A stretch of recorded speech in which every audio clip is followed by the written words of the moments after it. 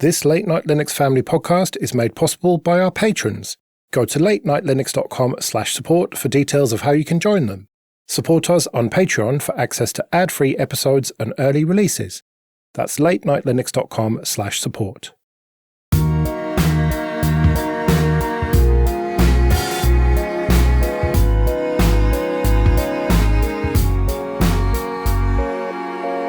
Hello and welcome to episode 375 of Late Night Linux, recorded on the 23rd of February 2026. I'm Joe, and with me are Phelim. Ciao. Graham. Hello. And Will. Hello. I noticed an interesting post on Mastodon from F-Droid. The F-Droid website has a new banner on top to remind visitors that Google did not change course and Android will be locked down in under 200 days. And then they say, if you care about freedom, blah, blah, blah, go to keepandroidopen.org. Now, we've kind of reported on this on and off, and last I heard, Google were going to implement this, essentially this button of like, yes, I know, I'm an expert, let me fucking do the thing, and which I was fine with. Like, by default, block side loading, if you want to call it, of apps, but give me the option. And I thought I was going to get that option, but it sounds like I was wrong about that. And if you go to keepandroidopen.org, you'll see that it's looking pretty shit. And there's even a draft open letter to Google about this, which I think is going to go public soon. But I saw Codeberg posting about it. So it's kind of like not public yet, but kind of half public. But anyway, I was wrong about this. I think we should be worried. And I think, Phelim, you might have been right about this for once. Sorry, you broke up there. Could you say that really loud, clearly again so I can record it? Phelim... yeah, there you go. Oh yeah, okay, that'll do. I'll take what I can take. Yeah, it's kind of funny because I thought we'd kind of tick this one off as well, and I even noticed in F-Droid when I was loading it, it kept popping up a little bar along the top of my F-Droid thing when I was installing updates. I was like, "This is sorted. Why do you keep showing me this?" I just thought, it must be an old version. Something's gone wonky. But yeah, no, apparently not. What is going to happen to you folks who use Android because it is Linux and because it was open and you could do these things? What is going to happen when you can't do that anymore? Are you going to just stick with the phone you've got forevermore and when it breaks, just go back to some kind of dumb phone? Or are you going to switch allegiances or what? Have you got a plan? Well, it's not as dire as I made it seem because my understanding is this is only for stock ROMs, essentially. So if you are willing and able to flash a custom ROM, you should be fine. You should be able to sideload or install whatever you want. For phone stuff, I have been trying to look to see could I get something that was Linux-based only, not a Android-based system, because I am worried that it could keep going and it could get worse. But I don't really know where that takes me, unfortunately. Well, AJ wrote to us about this kind of thing and said that there's a phone by Fury Labs called the FLX1S, and that AJ's been using it since the beginning of the year, and it is genuinely proper Linux and works pretty well. Define pretty well. Has he made calls to people other than a test wave bounce back thing?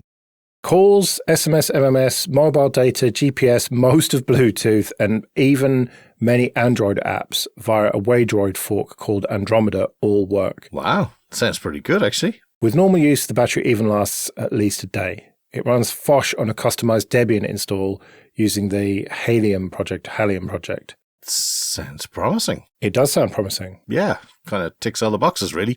Literally, the fact that you can run Android apps is a big deal, especially if they're the F-Droid ones, because there is just so much software already done. There's no point in redoing the same fucking apps again. Yeah, and it looks like this thing is $500 in America. Okay, I mean, it's not terrible. It's probably a decent enough phone. Yeah, I don't know what I'm going to do. I think that a lot of the side-loaded apps will still be available because it's not like they're locking it down. Like, that's not what this is about. It's about them forcing developers to register with Google, as we talked about a few months ago. And there are certain developers that are just not willing to do that. And so their applications will not be available if you've got a stock ROM. And I suppose I'm going to find out, aren't I, which of those applications that I use from F-Droid and the like are not going to work anymore.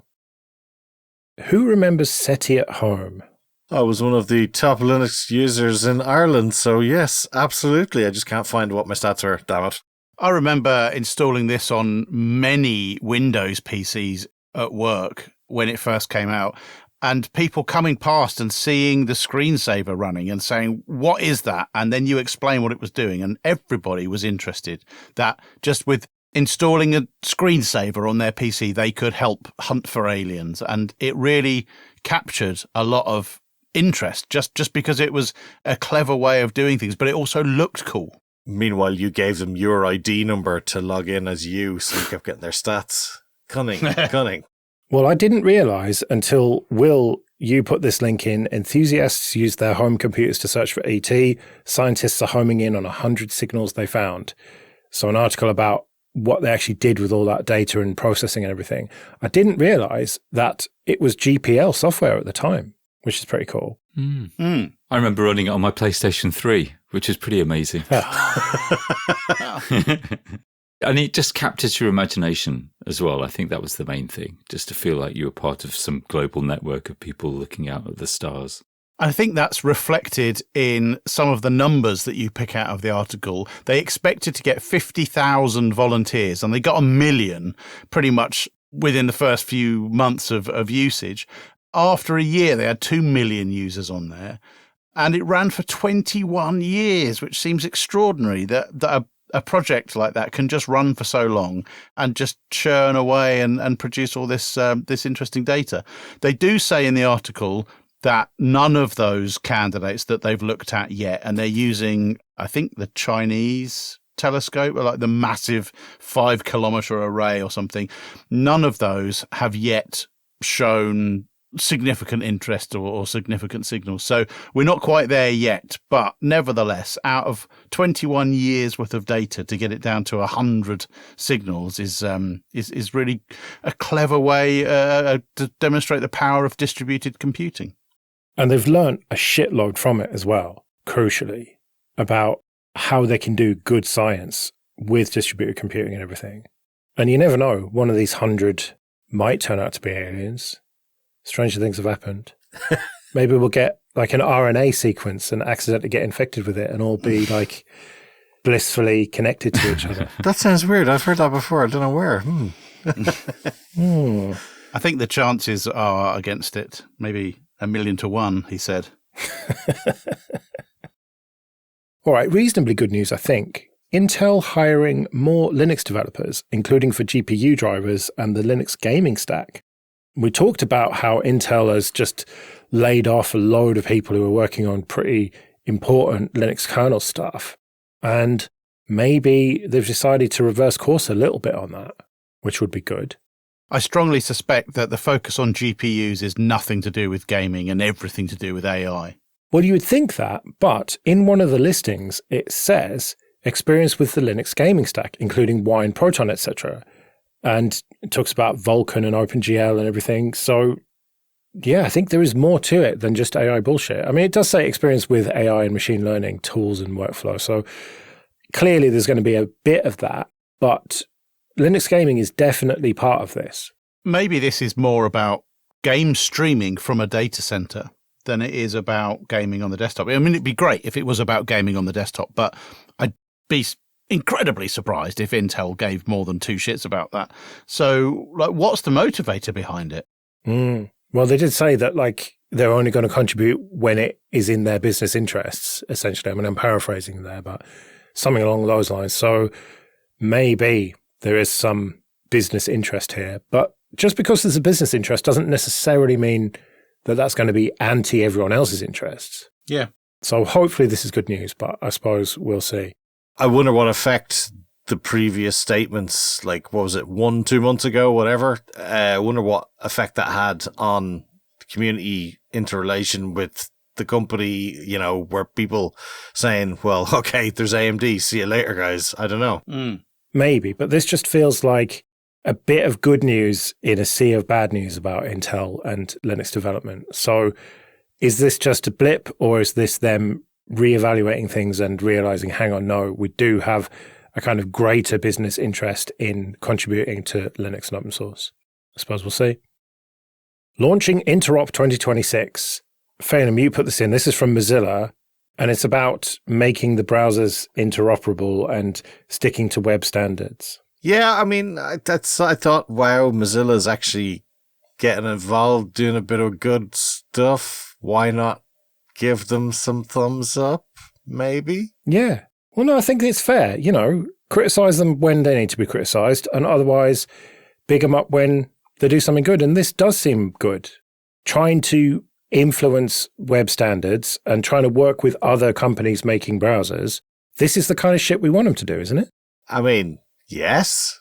Don't sound so surprised, Faden. Why are you so surprised by this? Why? Yeah, I wonder. Oh, Jesus. The first time since what? 2013 that they might have done something useful in their life. Oh, come on. That's not fair at all. So, okay, 2014 then. Jesus.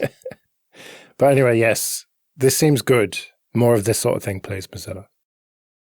Okay, this episode is sponsored by Automox.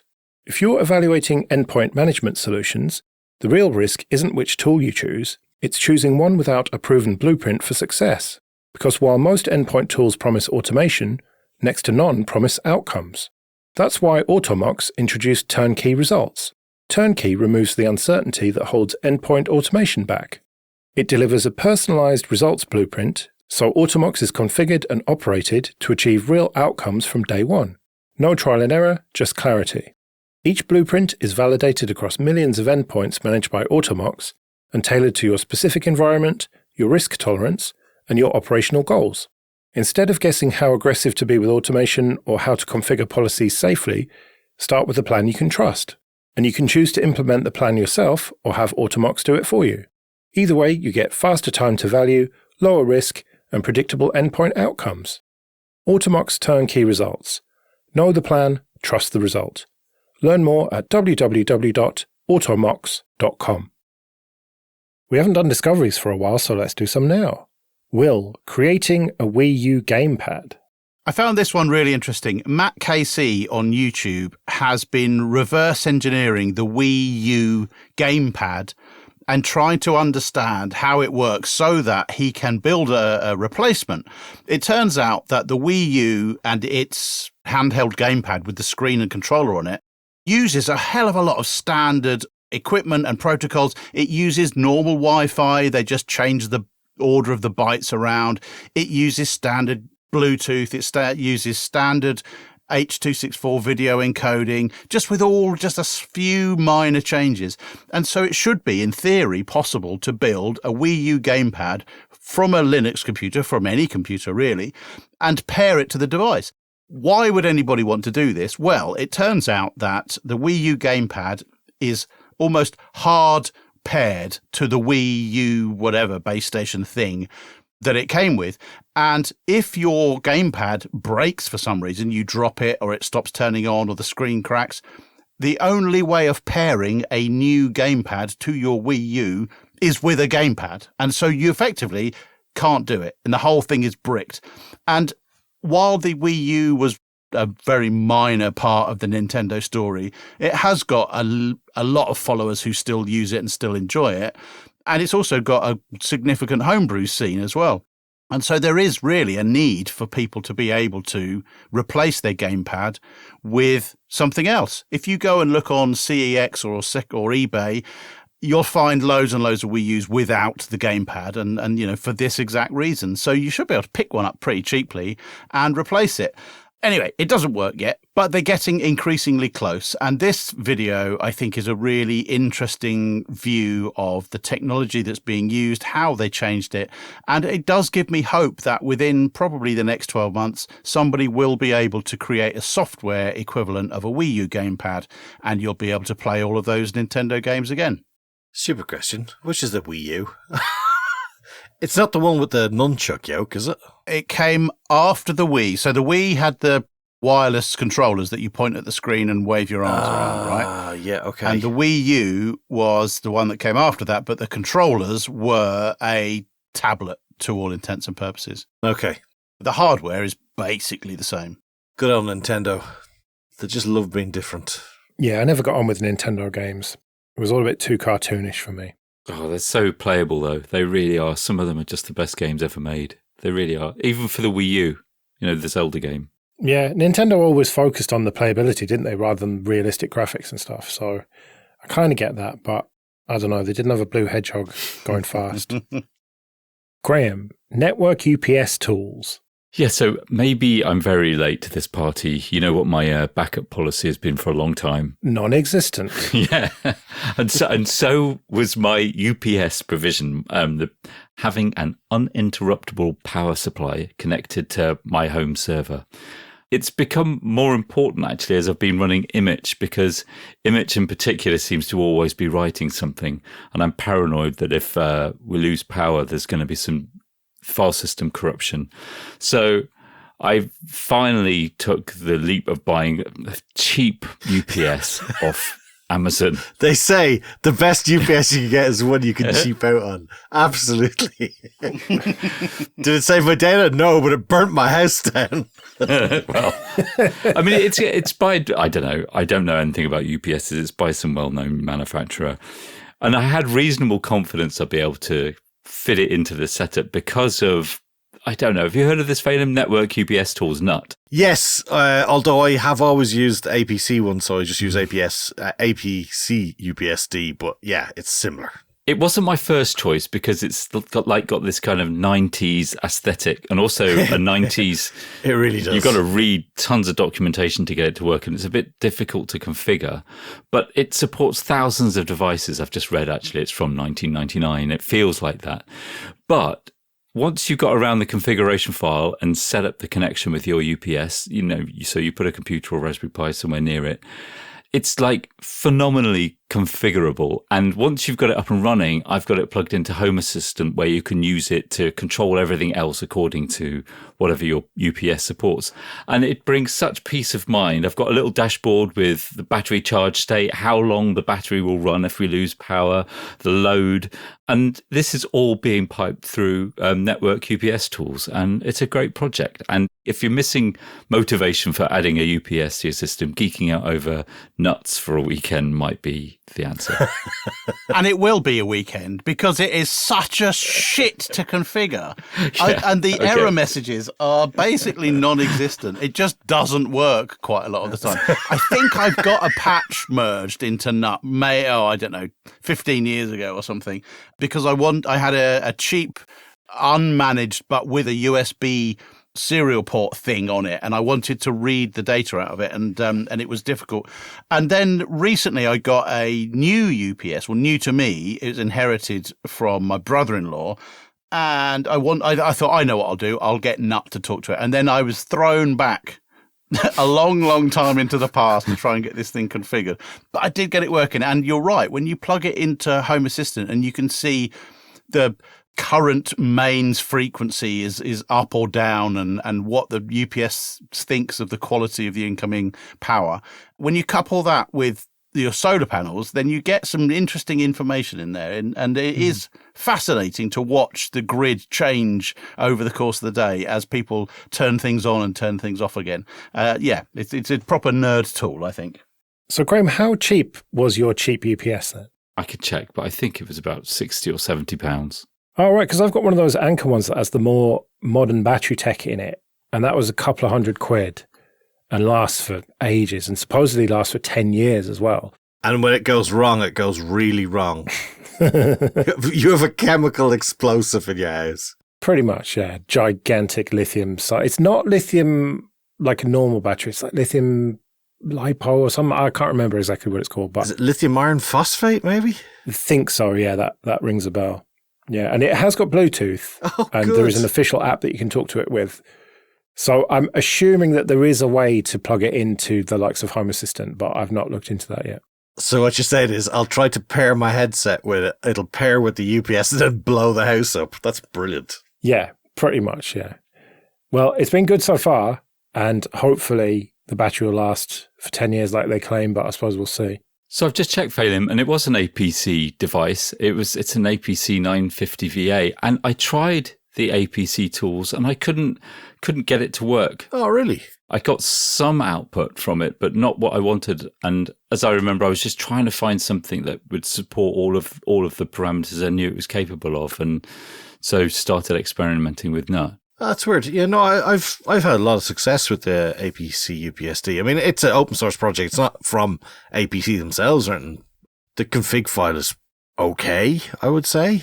That being said, they did seem to cycle through their products a bit more, and mine became end of life. But I mean, there was nothing wrong with it, but the battery was just starting to time out. So I just got another lead acid battery from one of the suppliers, because you can get those from Duracell pretty handily. And then you just throw the old one in the river, yeah? Yes, yes. Or what I generally do is I break them up and spread them around a child's playground. Right, good idea, yeah. Phelim, NASA ebooks. Yeah, this is just something I'd never seen before. Really cool. NASA has published a whole lot of ebooks, and if you're looking for ebooks or you're looking for something interesting to read, these are excellent. A couple of my favorites that I had time to actually look through over Christmas was the 50 years of solar system exploration and the Saturn system. And they've got some excellent photos, articles obviously by people who know what they're talking about, and it's just really cool. And it's all free, and I don't know why they don't publish more about these things, because I only found it by chance. And it looks like they've got EPUB, MOBI and PDF of everything. Yeah. Excellent. Well, I've discovered Map to Poster. Now, I believe there are quite a few different ones of these, and I just happened to find this one. And this is a Python project where you tell it where you want it to make a map of and what parameters you want. And then it produces just these really cool looking maps. Like they've got like neon colors and then more muted colors as options. And it plugs into the OSM data to get the actual mapping stuff, and it credits them as well on the poster that you make. And it spits out like a really high resolution PNG that presumably you could print out and stick on the wall. Now, the results are absolutely amazing. I really love the neon cyberpunk one. Yeah, it looks very cool. But though, it was a real pain in the ass to get running. I had to do like a Python virtual env and all that kind of shit that I didn't know about. Thankfully, I saw that coming and did it in a VM. So I was not going to just completely mess up my whole system with it. I'm sure if you actually know about Python stuff, then it's easy. But yeah, it's like having to do pip stuff and all the rest of it. I don't like that. If you don't know, the first time it's a bit awful. So yeah, it's a good thing. Do it in a VM first. Yeah. It's fine once you get used to it. Yeah, you do worry that you're going to hose pipe everywhere. Yeah, and you can set the radius, I think, or the diameter, or whatever, like how many miles or kilometers that you want in one thing. And I tried to do the whole of London, but it just made the VM just shit the bed. So I think you need quite a lot of juice if you want to do a massive one, like the whole of London. But individual kind of boroughs of London or whatever, it did really nicely. So yeah, if you want a cool map of where you live or where you grew up or a place that's special to you, then you could do a lot worse than this cool open source Python project. I have to try this. Oh, it's so cool. It's so cool. I just spent all night just trying to think of places that I'd been and places where my friends lived and all the rest of it. Did you do Timbuktu? I did not do Timbuktu, no. You should have. That would have been a good one. It would have been a good one, yes. I've just found on GitHub somebody has created a Docker Compose file for this, so you can just shove it in a container and run it there if you don't want to bother with a VM. Boo. No. Yay. That sounds amazing. So you don't have to deal with all the Python bullshit. Boo. Right. Stop encouraging him. Right, well, we better get out of here then. We'll be back next week when who knows what it'll be. But until then, I've been Joe. I've been Phelim. I've been Graham. And I've been Will. See you later.